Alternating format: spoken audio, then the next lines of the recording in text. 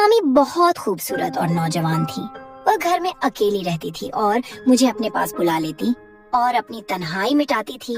मैं भी खुश होकर मामी के पास चला जाता और उसके साथ कुछ हसीन लम्हे बिताता।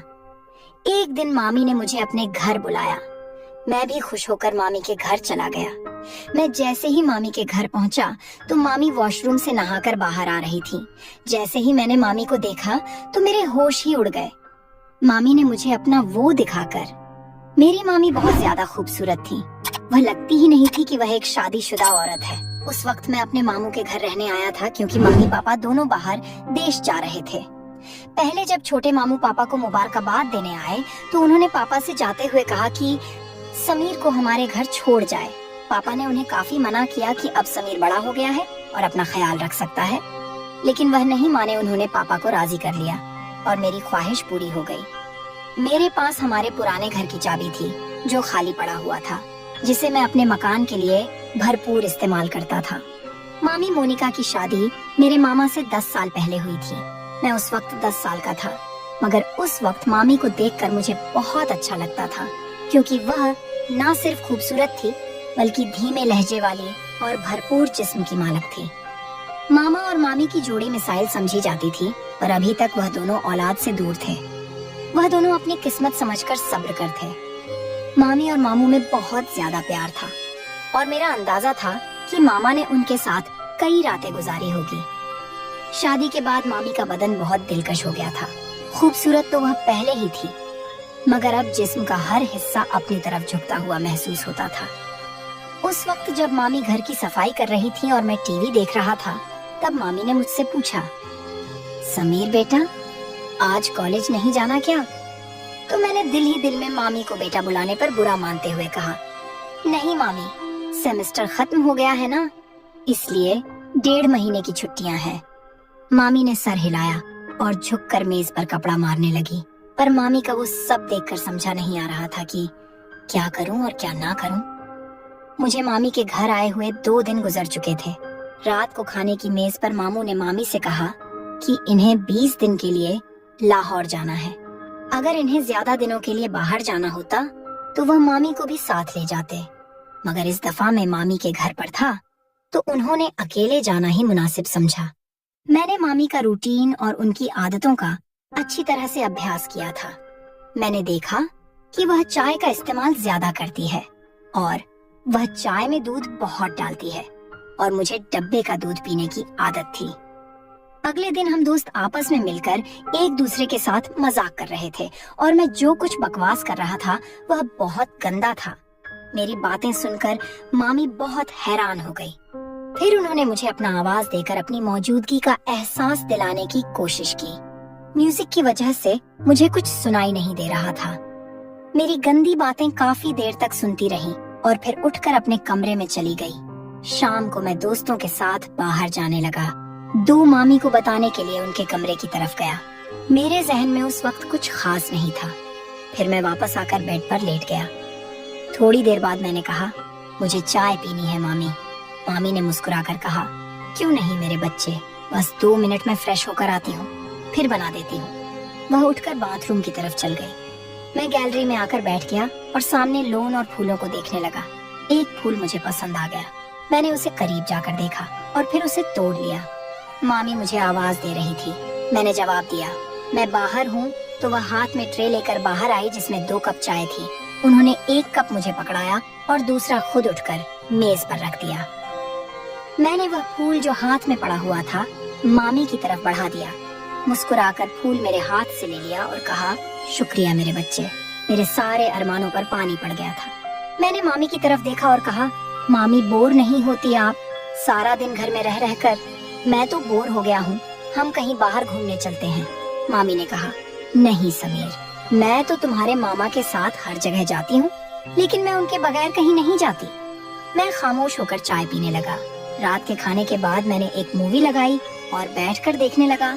मामी भी मेरे पास आकर बैठ गई और मूवी देखने लगी। मामी ने जब देखा कि यह वही बकवास हो रही है जो मैं दोपहर को गेम खेलते वक्त कर रहा था, तो उन्होंने कहा, अच्छा तो सारी गालियाँ और बकवास तुमने यहाँ से सीखी है? वह बोली, बेटा ये तो बहुत गंदी बात है, तुम बहुत गंदी जबान इस्तेमाल करते हो। शर्म से मेरे पसीने छूट गए मामी ने फिर से कहा कि मैं तुम्हारे पापा से बात करूंगी कि तुम पर नजर रखें। तुम हाथ से निकलते जा रहे हो। मैंने नजर उठाकर देखा और मामी से कहा, गलती हो गई मामी, मुझे माफ कर दे। पर क्या करूं, सभी लड़के इसी तरह की मूवी देखते हैं, मुझे भी उन्हें जवाब देना होता है, तो इस तरह की बातें मुंह से निकलती है। मेरी बात सुनकर मामी हंसने लगी और बोली कि डरो मत, मैं किसी से कुछ नहीं कहूंगी। मुझे पता है कि तुम लड़के किस तरह की बातें करते हो। अच्छा ठीक है, और कोई मूवी लगाओ। ये क्या लगाया हुआ है? तब जाकर मेरी सांस में सांस आई और मैंने मामी से पूछा कि मामी मैं कौन सी मूवी लगाऊं? उन्होंने कहा कि कोई इंडियन मूवी लगाओ। मैंने कोई इंडियन मूवी लगा दी। मामी मूवी देख रही थी और मैं चोरी चोरी मामी को देख रहा था। मामी ने अपनी एक टांग उठाकर दूसरे टांग पर रखी और सोफे की टेक और बाजू से लगकर आराम से बैठ गई। फिर मैंने भी अपनी एक टांग उठाकर अपनी दूसरी टांग पर रखी। मुझे लगा कि मामी ने मेरी इस हरकत को नोट किया है और उनके चेहरे पर हल्की सी मुस्कुराहट आ गई। मैं भी मामी की तरह दूसरे कोने पर बैठा हुआ था। फिर मामी ने मुस्कुराते हुए अपनी पोजीशन सही की और मैंने भी उनको देखा और सही होकर बैठने में ही बेहतरीन समझी। मामी हंसने लगी और बोली, समीर तुम मेरी नकल उतार रहे हो। मैंने उनकी तरफ देखकर सर हिलाया तो उन्होंने थोड़ा सा गुस्सा करते हुए कहा, तुम मुझे क्यों तंग कर रहे हो? मैंने मुस्कुराकर कहा, आपको तंग करना मुझे अच्छा लगता है। वो बोली, क्यों? मैंने फौरन कहा, कितने दिन हो गए हैं ना, किसी की डांट खाई है ना किसी से जूते, ऊपर से आप बहुत ही बोर हैं। मेरी बात सुनकर उनके माथे पर बल पड़े थे। उन्होंने कहा, समीर क्या मैं वाकई बोर हूँ? तो मैंने कहा, पता नहीं अकेला रहकर मेरा क्या होगा। मामी ने मुस्कुराते हुए कहा, तुम्हें मार खानी है तो मैं देती हूँ। वह मुझे कोई मासूम सा शरारती बच्चा समझ रही थी और ये बात मेरे फायदे की थी। शायद इसी तरह की फिजूल बातें करते करते मामी मुझे काफी नजदीक हो गई। जब रात के 11 बजे उनके मोबाइल पर मामू का फोन आया, वह उठकर अपने कमरे में चली गई। मैंने भी थोड़ी देर मूवी देखी और टीवी बंद किया और अपने कमरे की तरफ जाने लगा। तभी मुझे मामी के कमरे से मामी की आवाज आई, यार बहुत मिस कर रही हूँ आपको। पता नहीं कैसे गुजरेंगे ये दिन। पता नहीं दूसरी तरफ से क्या कहा गया, मगर जो बात मामी ने कही थी वह मेरे लिए किसी सरप्राइज से कम नहीं थी। सुबह में जल्दी उठा और फ्रेश होकर किचन की तरफ गया। किचन में कोई नहीं था। मैंने मामी के कमरे की तरफ जाकर देखा तो दरवाजा बंद था, यानी मामी सो रही थी। मैंने किचन में जाकर अपने लिए चाय बनाई और फिर कुछ स्लाइस गर्म करके मेज पर बैठकर नाश्ता करने लगा। मैं नाश्ता कर रहा था, तभी मामी के कमरे का दरवाजा खुला। वह बाहर निकली। मुझे देखकर थोड़ा सा शर्मिंदा होते हुए कहा, रात को नींद नहीं आई, बहुत देर से सोई थी, इसीलिए सुबह जल्दी नहीं उठ सकी। मैंने मुस्कुराकर कहा, कोई बात नहीं, आपको नाश्ता करना है, चलो आज आपका नाश्ता मैं बना देता हूँ। वो बोली, तुम और नाश्ता? वहाँ क्या बात है? मैंने कहा, फ्रेश होकर आए, मैं नाश्ता बना देता हूँ, फिर बात करेंगे। मामी ने सर हिलाया और मुस्कुराती दोबारा अपने कमरे में चली गई। तो मैंने कहा, मामी आपको नाश्ते में क्या पसंद है? मामी ने कहा, तुम जो भी बनाओगे मैं खुशी से खाऊंगी। मैंने दोबारा सर झुकाया और कहा, जैसे आपकी मर्जी, और मुड़कर किचन की तरफ गया। नाश्ता बनाकर किचन में आया और मामी को आवाज लगाई। मामी हॉल में आई और कुर्सी पर बैठ गई। मैंने कहा, मामी आपका नाश्ता तैयार है, और ट्रे उनके सामने रख दिया। मामी मेरी तरफ देखकर मुस्कुरा रही थी। मामी मेरे सर पर हाथ फेरा और मेरे बालों को खराब कर दिया। मैंने मामी का हाथ पकड़ लिया जो मेरे सर पर था और कहा, मामी आपने मेरे बालों का स्टाइल खराब कर दिया। मामी ने प्यार से मेरे गाल पर एक हल्का सा थप्पड़ लगाया और कहा, कुछ खराब नहीं हुआ, आराम से बैठो और नाश्ता करो। मामी ने नाश्ता किया और कहा कि समीर तुम्हारा बहुत शुक्रिया, चलो हम दोनों पक्की दोस्ती करते हैं। आज बहुत दिनों के बाद मैं इस तरह हंसी हूँ और इतना अच्छा नाश्ता किया है। मैंने मुंह बनाकर कहा, तो क्या हुआ मामी, क्या मैं आपका दोस्त नहीं हूँ? मामी ने मेरे गाल पर चुटकी काटी और कहा, दोस्तों हो पर कच्चे वाले, आज पक्की वाली दोस्ती करते हैं। मैंने अपने गाल मलक कर कहा, यार अब आंटियों की तो ये बहुत गंदी आदत होती है, गाल ही लाल कर देती है। मामी मुस्कुराने लगी और दोनों हाथों को मेरे कानों की तरफ बढ़ाया तो मैं भागने लगाया। मामी हंसते हुए मेरे पीछे भागने लगी और कहा, रुक, तुम्हें मार लगाती हूँ। मैं रुक गया और अपनी कमर पर हाथ रखकर सांस लेते हुए कहा, ठीक है। फिर वह सामने पड़ी हुई कुर्सी पर बैठ गई। मैं उनके पास गया और कहा, क्या हुआ? मामी एकदम खड़ी हो गई और मेरे दोनों कानों पर चुटकी काट ली और हंसने लगी। मैंने रोने वाली शक्ल बनाते हुए कहा, आपसे तो कोई प्यार की उम्मीद ही नहीं है, आप बहुत बेहरम हो। मामी ने हंसते हुए मुझे देखा और जहां मुझे चुटकी काटी थी और वहां प्यार करने लगी और कहा, सॉरी यार। मामी मुझसे अलग हुई और कहा, अच्छा मैं चेंज करके आती हूँ। फिर मार्केट से वह सामान ले आना है, वह ले आते हैं। मैंने कहा, ठीक है, मैं भी चेंज कर लेता हूँ, शायद कोई लड़की मेरे जाल में फंस जाए और मेरे भी मजे हो जाएं। मामी ने मुस्कुराते हुए एक थप्पड़ मेरे कमर पर लगाया और कहा, समीर थोड़ी सी तो शर्म करो। मैंने हैरानी से कहा, किस चीज से? मामी ने कहा, अपने इस तूफानी हरकतों से। मैंने कहा, यार जिंदगी में थोड़ा सा मजा भी होना चाहिए, वरना तो सारी उम्र आप मुझे किसी काम का नहीं छोड़ेगी। मामी को पहले तो मेरी बात समझ नहीं आई, मगर जब उनको समझ आया तो उन्होंने अपने पाँव से जुत्ती उतारी और कहने लगी, थोड़ी सी तो शर्म करो समीर। मैं हंसकर अपने कमरे में चला गया। थोड़ी देर बाद मैं कैमरे से बाहर आया और सोफे पर बैठकर टीवी देखने लगा। थोड़ी देर में मामी भी बाहर आ गई। जब वह बाहर निकली तो मेरी सांस ऊपर के ऊपर और नीचे की नीचे रह गई। सफेद कलर की कमीज पर नीचे जीन्स में मामी को देखते हुए कहा, मैडम जी का क्या इरादा है? मामी ने पहले अपने आप को देखा, फिर मुझे देखते हुए हैरानी से कहा, क्यों, क्या हुआ? मैंने दिल पर हाथ रखते हुए कहा, मैडम आपके दीवाने शहर में 1000 होंगे, मगर इतनी सुबह दुकान कौन खुलेगा? मामी को अपनी गलती का एहसास हो गया और बोली, ठीक कह रहे हो। मैंने कहा, मैडम जब आप बाहर निकलती होगी तो लोग आपको ही देखते होंगे। मामी ने मुस्कुराते हुए कहा, समीर थोड़ी सी शर्म कर, मैं तेरी मामी हूँ। मैंने भी सर झुकाकर कहा, ठीक है मामी। तो वह हंसने लगी और मेरे पास बैठते हुए कहा, बाज नहीं आओगे फ्लर्ट करने से? मैंने उनकी तरफ देखते हुए कहा, कौन बदकिस्मत आपसे फ्लर्ट करना चाहता है? मामी ने मुस्कुराते हुए कहा, माफ कर यार।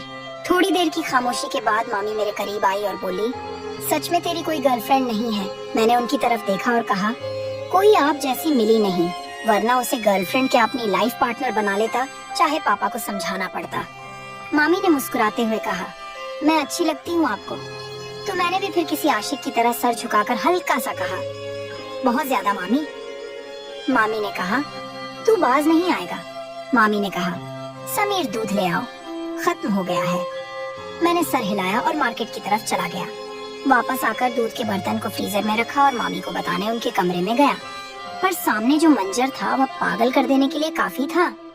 मामी शायद नहाकर निकली थी और यह वक्त मुझ पर कहर बरसा रहा था और मेरी हालत ऐसी हो गई थी, टांगों में जान ही ना रही।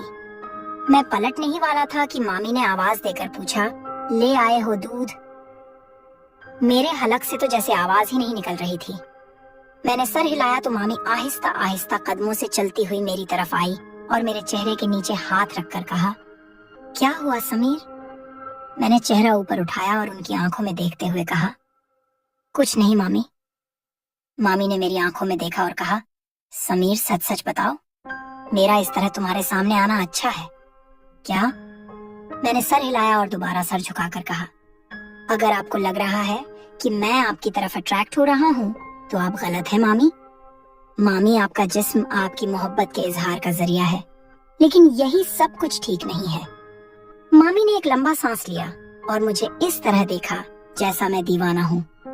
मैंने दोबारा सर उठाया और कहा, पर मैं यह भी नहीं चाहता कि आप थोड़ी देर के लिए मुझे अपनाएं और फिर जिंदगी भर के लिए मुझे अपने दीदार से महरूम कर दें। मामी के लिए बहुत नाजुक निर्णय था। फिर वह एक तरफ बेड पर बैठ गई और कहा, मेरे पास आओ और यहाँ बैठो। मैं आराम से चलता हुआ उनके पास बैठ गया। उन्होंने मेरा हाथ पकड़कर अपने दूसरे हाथ पर रखा और कहा, समीर जो मिल जाए उस पर शुक्र करना चाहिए। मामी के जहन में क्या चल रहा था और उस वक्त वहाँ से मैदान जंग छोड़कर भाग जाने वाली बात थी। मैं सुकून से कमरे में वापस आ गया। तभी मुझे लगा कि मामी अंदर रो रही हैं। उनकी सिसकने की आवाज बाहर तक आ रही थी। मैं दरवाजे के पास गया और कहा कि आप ठीक हैं? अंदर से कोई जवाब नहीं आया, बस सिसकने की आवाज बंद हो गई। मैंने फिर पूछा, मामी क्या बात है, आप क्यों रो रही हैं? अंदर से आवाज आई, समीर मैं थोड़ी देर के लिए अकेली रहना चाहती हूँ, प्लीज अपने रूम में चले जाओ। मैंने कहा, ठीक है, आप ठीक तो है ना? मामी ने कहा, मैं ठीक हूँ। मुझे कुछ समझ नहीं आ रहा था कि आगे क्या करना है। मैं जल्दी से वापस आ गया। फिर कुछ देर बाद मामी भी फ्रेश होकर बाहर आई और मुझसे माफी मांगने लगी। उस दिन के बाद से मैंने मामी का बहुत ज्यादा ख्याल रखना शुरू कर दिया, क्योंकि वह बहुत ज्यादा तन्हाई का शिकार हो गई थी और मुझसे प्यार करने लगी थी। मैंने फोन करके मामू को वापस बुला लिया। मामी जवान और खूबसूरत औरत थी, इसलिए वह अपनी तन्हाई को मिटाने के लिए बहुत ज्यादा तरस गई थी। लेकिन यह शुक्र है कि हम दोनों में इस तरह का कोई भी ताल्लुक कायम नहीं हुआ। कुछ दिन मैंने मजीद मामी के घर गुजार दिए और फिर मेरे मम्मी पापा घर वापस आ गए और मैं अपने घर वापस चला गया। मेरा सभी लोगों का यही कहना है कि हमेशा घर में किसी के सहारे अपनी बहन या बीवी को अकेले छोड़कर ना जाए, क्योंकि शैतान कभी भी इंसान को बहका सकता है और शैतान के बहकावे में आकर यह गलती इंसान कर बैठता है। लिहाजा ये काम करने से पहले 1000 बार सोचें, क्योंकि आप लोगों के घर टूट सकते हैं। मर्दों को गुजारिश है कि वह अपनी बहन या बीवी को किसी के भरोसे के छोड़ कर ना जाए। तो दोस्तों, अगर आपको यह कहानी पसंद आती है तो वीडियो को लाइक करें और स्टोरी कॉर्नर चैनल को सब्सक्राइब करें और बेल आइकन पर क्लिक करके इसे ऑल पर सेट करें, ताकि आपको नए वीडियो की सूचना तुरंत मिल जाएगी। धन्यवाद।